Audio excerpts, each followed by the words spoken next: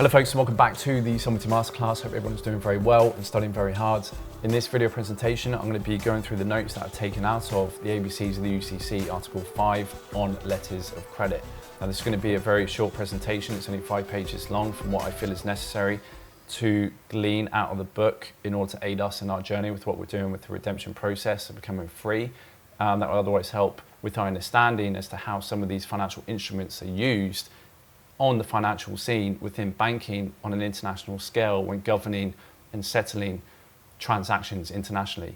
Again, also help introduce us to some of the terminologies and vernacular used within the financial and banking industries that only help aid us in our understanding going forwards when governing our own instruments and securities and documents, as well as looking at the interpretation and the allegory obviously that is hidden within a lot of these commercial transactions and scenarios that we can obviously consider ourselves, knowing what we know with us being the holder in due course, or the protected holder right of our birth certificate, which can be construed as being a bills of lading, which is mentioned under this article, and or warehouse receipt. Okay, law of the land, common law, would be considered common stock, chattel, okay, under Department of Agriculture, farming products.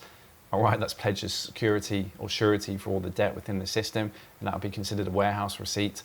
And then you've got the bills of lading, which would be under the laws of the sea, maritime admiralty, okay, where it will be just basically cargo held on board the ship estate, okay, waiting to be released and come back to life, which this is really interesting, which we'll get into, that I've kind of broken down where we can apply ourselves with some of the parties that are involved within a traditional letters of credit transaction and contract, okay. That otherwise will help glean, again, a better understanding as to what the system we find ourselves in, whether it's the law of the land, common law, considered chattel on a farm, or on the ship estate, on the law of the seas, under maritime admiralty jurisdiction, okay? Floating dead and lost at sea, SECURITIES Act 1666, all right? Okay, so let's go straight into these notes. So it says here, a letter of credit is a letter from a bank or occasionally some other entity that promises to pay money or occasionally another item of value to the beneficiary in the future if the bank receives specific documents listed in the letter of credit. In letter of credit practice, the bank that sends that letter is the issuer, the one obligated to pay. The person that receives that letter is the beneficiary, the person that will receive payment. The third party to the arrangement is the applicant, which asks the bank to issue the letter of credit to support some obligation that the applicant might owe to the beneficiary. If the bank ends up paying the beneficiary on the letter of credit, then it is entitled to reimbursement from the applicant.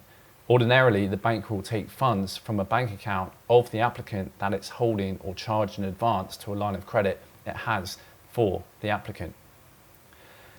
Letters of credit have 2 key attributes. First, the issuer's obligation is defined in terms of a documentary presentation that the beneficiary must make to receive payment from the issuer.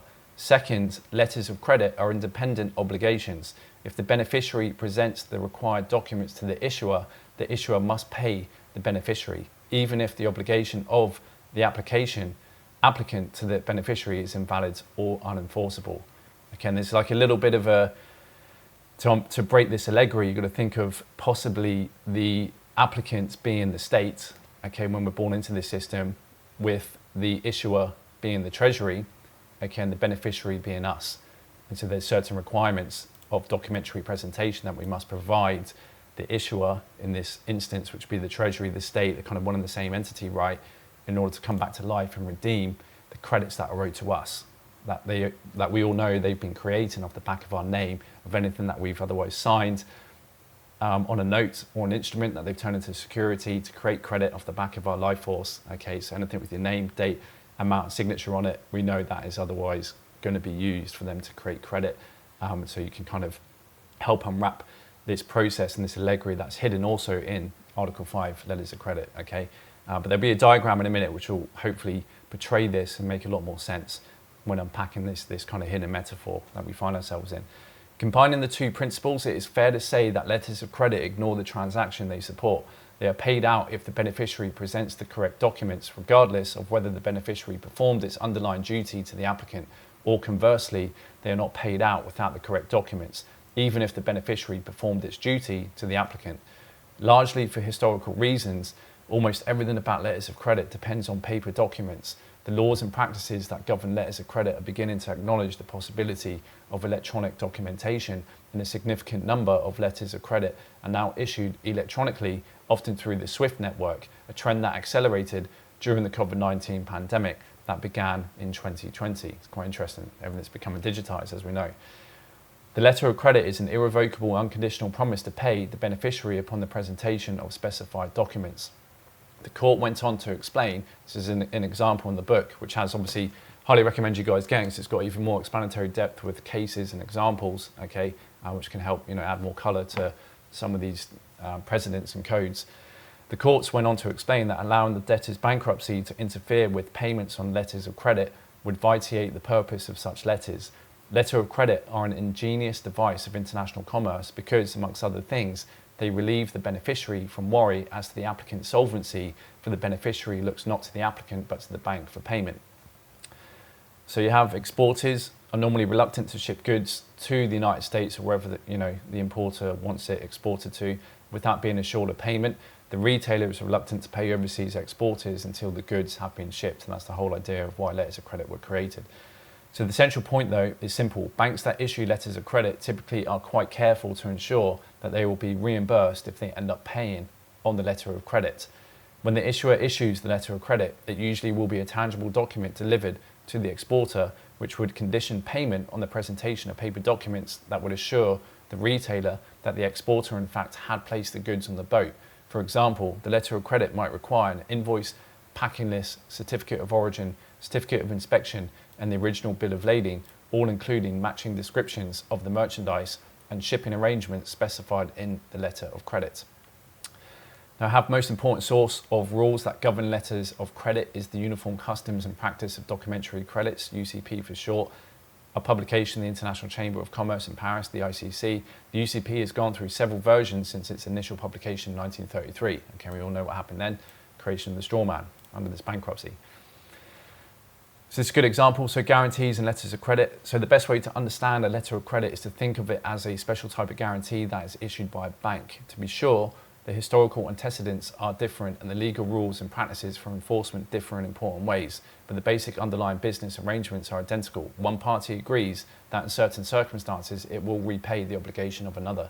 To explain, in the case of a guarantee, a guarantor commonly agrees that in certain circumstances it will repay the obligation that a debtor owes to a creditor. For the most part, the rules that govern those relationships are described in the restatement of suretyship and guarantee, which identifies those parties as the secondary obliger, okay, the guarantor agreeing to pay another's debt, the principal obliger, the debtor whose debt is guaranteed, and the obligee, the creditor receiving the credit enhancement. Similarly, in the case of a letter of credit, the issuer agrees that it will repay the obligation that its customer, which is the applicant, might owe to a third party, which is the beneficiary, the exporter. The rules that govern those relationships, and in particular Article 5 of the UCC, are the subject of this book. So you can see here, the applicant contracts with the exporter, normally the manufacturer, with the underlying obligation, and then obviously CCs in the bank, okay, that has a relationship with, and then upon the exporter loading all the goods on the ship, that appeases the letter of the contract of what is required and presents the documents of what is required to the issuer, then it can credit it before the applicant then receives the goods, okay, upon which it can then reimburse the bank. All right, and that's the kind of three-party relationship that's set up in order to govern these letter of credit transactions and contracts. So you've got another example here, the guarantor under guarantee, exactly the same, guarantee, secondary obliger, then the borrower, down here the principal obliger, underlying obligation with the lender, which is the obligee, okay, and that's the guarantee. So guarantees and letters of credit typically arise from different relationships. In the case of a guarantee, the guarantor is likely to be closely related to the borrower. The guarantor might be a parent corporation, it might be an individual owner or shareholder of the borrower, or in the case of an individual borrower, it might be a parent or other relative. The guarantor usually is called upon to provide the guarantee because of the guarantor's deep pockets as compared to the borrower. If a small, closely held business wants to borrow money from a bank, it is not surprising that the bank would seek a guarantee, nor that the owner of the business would agree to provide it. In the case of a letter of credit, by contrast, the issuer ordinarily will be a bank that has an existing relationship with the applicant, the kind of relationship that would justify extending itself to issue a letter of credit to support the applicant's business activity. The United States banks are almost invariably subject to the UCP, supplemented, though not contradicted, by the UCC. Standby letters of credit issued by United States banks are subject to ISP 98. You have Section 5102A10 clarifies that scope by defining the letter of credit to which the article applies as a definite undertaking that satisfies the requirements of Section 5104 by an issuer to a beneficiary at the request or for the account of an applicant to honour a documentary presentation by payment. Okay, and UCC Section 5104 incorporates the requirement that a letter of credit may be issued in any form so long as it is a record. Okay, and a record defined in UCC 1201B31 is a record in turn can be either in conventional paper form, okay, information that is inscribed on a tangible medium, or in intangible electronic form, information stored in an electronic medium that's retrievable in perceivable form. As an amendment binds only the parties that consent to it. Okay, rights and obligations of an issuer are independent of the existence, performance or non-performance of a contract out of which the letter of credit arises or which underlies it. Okay, the purpose of the bill of lading is to designate the party to whom the vessel should release the containers when it completes its journey, the party in possession of the original bill of lading. Okay, so if you think the situation we find ourselves in, the birth certificate is otherwise a bill of lading. And what does that represent? It represents the rights in order for us to unlock the goods that are held in the container, so to speak, within the ship estate, okay, of the government that you're registered into, born into, with all the securities that otherwise have been traded and issued in your name, that are generating a lot of money, dividends, okay, buying, selling throughout the derivative markets, the securities markets, okay, so they'll be obviously held in all these mutual funds, these municipal bonds, etc., and generating a lot of money. So they're the goods that you have the right to when obviously going through the right methods of getting your whole estate in order with the recoupment process as well, UCC, postal road mechanics, okay, and knowing all of these laws that govern and regulate these negotiable instruments. So a right to payment or performance under a letter of credit is codified in UCC 9102A51. Again, this is an example of a flowchart of a beneficiary presents the documents. Okay, so this would be the exporter in this case, or it could be us, okay, presenting documents to the government, say, hey, look, we're coming back to life. We are sui juris, we're competent, we're numerate, we are knowing of the law and our rights, and the whole process is involved with securities, the UCC, the tax, recoupments, recourses, etc. Okay, and so the issuer examines the presentation, right? This is the whole advanced treasury pack. And then presentation complies. If it complies, boom, okay, issuer pays beneficiary, which is us, and releases documents to applicant, okay, which otherwise be CC and all these other agencies that are involved with this whole process of assigning people as collateral for all the debt.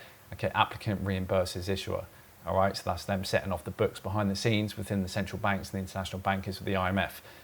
Right, so this is how you can see it, how it's working. Okay, but obviously with just the example of exporter-importer on an international level through corporations, you can see how the exporter will present the documents, bills of lading, what is required, that's otherwise outlined up here, if you recollect. Okay, which could be anything from an invoice, packing list, certificate of origin, certificate of inspection, and the original bit of lading. Okay, and if presentation does not comply, then the issuer asks the applicant to either waiver some of the deficiencies in what was applied or not, okay, or any of the defects or not. So if it does not, okay, if it does apply the waiver, okay, then it obviously gets paid out.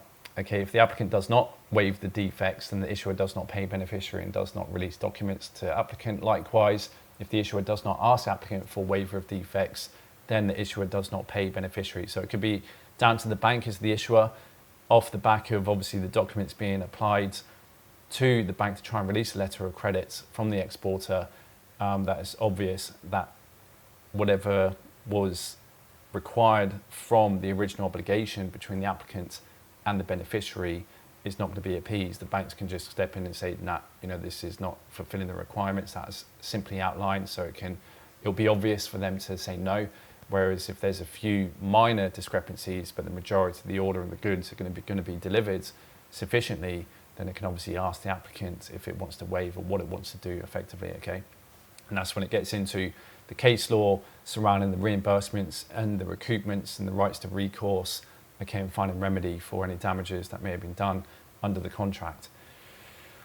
So it says here, reimbursement, the most important consequence of the issuer's decision to honour a drawing on a letter of credit is its right to reimbursement from the applicant, okay, and immediately available funds not later than the date of its payment of funds, codified in section 5108I1. In the event that the issuer does not immediately gain reimbursement, perhaps because the applicant has become insolvent, then section 5118A gives the honouring issuer a security interest in any document presented under the letter of credit. Section 511A(b)(1) provides that the security interest attaches even without a security agreement, which ordinarily would be required under UCC section 9203B, and section 5118(b)(3) provides that the security interest is a first priority perfected security interest with priority over a prior perfected all assets lender, so long as the document is tangible and the applicant does not gain possession of it. In practical consequence, those provisions permit the issuer to become the owner of the bill of lading by foreclosing on it. Okay, so again, the bill of lading is otherwise this very important document of title, which is linked to the releasement or the releasing or the security interest in all the goods that are otherwise on board that shipment. And what is our birth certificate? It's a bill of lading that can give us access as our beneficiary, as we are the beneficiary, right, in this instance, under a letter of credit situation, to all of the assets that are otherwise held within the ship of state, okay, in all these mutual funds, in all these markets, all right, in the treasury, etc. Okay, so key to understand that. And we have here again subrogation. In a traditional guarantee transaction, a guarantor that paid the borrower's loan would be subrogated to, that is, it would be entitled to enforce whatever rights the lender had against the borrower. So if the lender had a security interest in the borrower's assets, the guarantor that paid the borrower's loans would step into control of that security interest, allowing it to recover ahead of other unsecured creditors. And this is the whole process. We covered this back in UCC Articles 3 and 4, okay, is the process of us, when we come back into becoming an international creditor with the UCC 1 filing and the security agreement, all right, we break that suretyship and accommodation party, but under the laws and the codes, okay, we are allowed to subrogate and take on the rights of the creditor against the principal debtor, in this instance, which is our strawman, because up until the point where we've come into this information, realizing the system that's been set up, we have been surety and we have been an accommodation party paying the debts of the strawman on behalf of the state, okay? Whereas in reality, everything's prepaid and we've got a right now under the right of subrogation, okay, to become the creditor and access all the rights to recoup all that we have paid, okay, and otherwise all the security interests that are going to be vested into us now as secured party and creditors for the security agreement and the UCC 1 financing statement that makes us the lien creditor. Security agreement makes us the entitlement holder, that we can gain access to all the assets and the security interests of the principal debtor, which is our strawman, that's held on account within the ship estate, which is the government themselves and all these international bankers and institutions. Okay, so very important to take away. And you can see, this is why it's so brilliant to read these books and break down the codes, because you can see how it applies to our situation, okay, and why we're doing what we're doing when perfecting our security interest in the strawman, subrogating, become secured party and creditors, okay, and taking back control of our bills of lading, which is our warehouse receipt, which is our birth certificate, which is otherwise evidence of us being born into a system where we are the beneficiaries, but we've just been declared dead and lost at sea after 7 years because they don't educate us in these things. But the moment we come back to life, learn about all these subjects, we take back control, learn how to administer our estate, and it's just then a matter of learning the processes and procedures and the hoops that you need to jump through of the forms in order to get to that position where you can recoup, okay, and access your recourse rights and remedies and know the codes to cite in order to invoke that. Okay, so that's why these are so powerful. You know, even Article 5, letters of credit, you can see how under this relationship that we, the beneficiary born into the state, okay, the applicant can otherwise be the government, okay, and we've got to perform as part of the social construct that we're a part of, which is all the statutory codes, right? The Admiralty Maritime Jurisdiction, governed covertly by the UCC under the Unidroit Convention, okay, that otherwise has in their records, okay, in the contract, certain requirements for us to come back to life in order to access, you know, the rights and remedies that are available to us under HJR 192 of 1933, where they offered to pay everything for us because they took away our ability to pay in substance, money backed by substance, gold and silver. Okay, so the issuer in this instance, I mean, they're pretty much both the same, they're the state, okay, but it'll be the government here and the agencies involved in registering this particular piece of collateral, which is a human being, okay, on behalf of, you know, to become surety for all the debt. But then the issuer would otherwise be the Treasury, which more often than not is the go-between between the people, okay, and the central banks that issue all the credits, all the so-called money within the system on account, right, for us to present the necessary documents that are required by the applicant, which is the government in this instance, in order to come back to life and have our credits released to us as beneficiary. Okay, and obviously in this example of the shipments, these are the documents that are required. With our given situation, we obviously need proof of life. Okay, we need proof that we're in control, first in line, first in time, first in right of our strawman, okay, the lien creditor and the entitlement holder of our security agreement. We need to be shown to be competent when it comes to understanding how our documents are regulated with the postal road mechanics, okay, and all the forms and procedures and the stamps that are needed to become postmaster and to govern those documents of title. Also how to govern the securities and turn notes and instruments into securities, which is utilising the postal road mechanics as well as the UCC, okay, and having a good understanding of the code that governs these securities, which is the UCC, and on the international level, the UNCITRAL, etc. Okay, banking terminologies, and then taxes, and then the necessary forms and procedures that are required in order to access our recoupments and recourse, okay, for everything that we've otherwise paid for a strawman, okay, which is the right of subrogation. We then become international creditors, right, which is the government before we come back to life. Okay, so we're considered dead and we're made surety and accommodation party to all the debt that they otherwise pin us to, crucify us to the cross of the straw man in order to make them release more credit off the back of our lifetime pledge of labour and taxes and interest repayments on the debt. Okay, so it's so critical to kind of understand this and just keep going through it until it makes sense to you.